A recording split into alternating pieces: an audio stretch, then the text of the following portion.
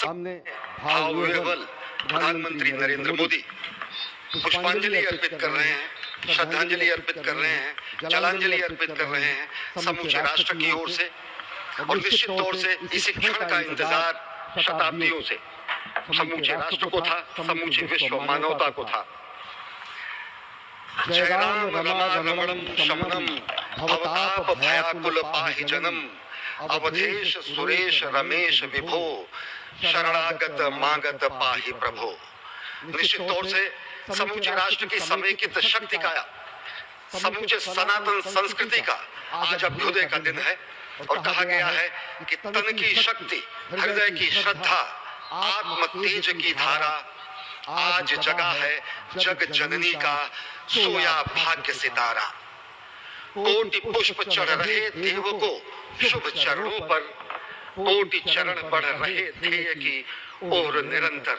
और निश्चित तौर से ये ध्येय है समूचे विश्व कल्याण का, ये ध्येय है जगत गुरु भारत का, ये ध्येय है एक भारत श्रेष्ठ भारत का, समर्थ भारत का, सशक्त भारत का, आत्मनिर्भर भारत का, आत्माभिमानी भारत का, स्वस्थ भारत का, स्वच्छ भारत का, सुंदर भारत का, विकसित भारत का और अंततः जगत गुरु भारत का।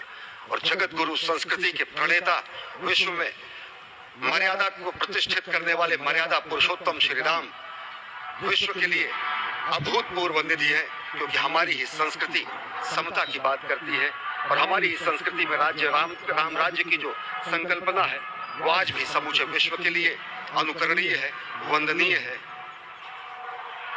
इस वक्त आप देख रहे हैं कि परब्रह्म परमात्मा आपको दर्शन दे रहे हैं बाल रूप में, और यहाँ पर परब्रह्म कई रूपों में दर्शन दे रहे हैं। मां सरयू के रूप में वो जलाकार ब्रह्म के रूप में अपने भक्तों को दर्शन देते हैं। अयोध्या धाम के रूप में, जो कि स्वयं परब्रह्म का ही स्वरूप है, वो इस धरा धाम के रूप में भक्तों को दर्शन देते हैं।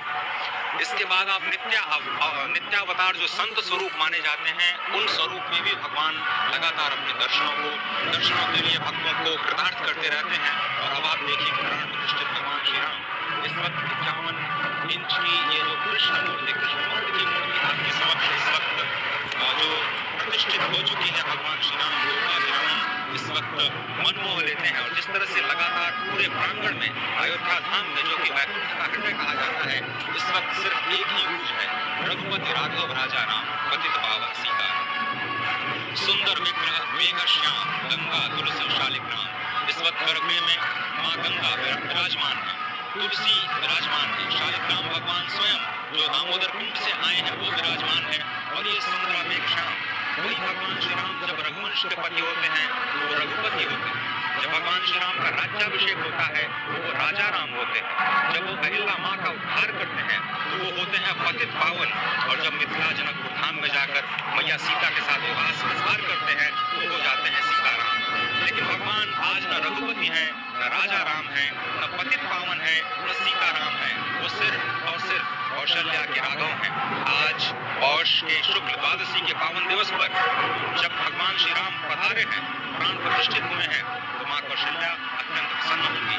भगवान सूर्य जिनके वंश में भगवान श्री राम ने जन्म लिया, इस वक्त जो प्रत्यक्ष दर्शन दे रहे हैं, भगवान श्री सूर्य भास्कर की किरणें नवमी के दिन भगवान के मस्तक को चूमेंगी, ऐसी प्रतिष्ठा की गई है इस मंदिर की। आप समझिए कि इस वक्त भगवान शिव नृत्य कर रहे होंगे। मैं इस वक्त जो मन में मेरे भाव आ रहा है कि इस वक्त वीरों की इस वक्त विह्वल नजर आ रही होगी, भावनाओं में नजर आ रही होगी।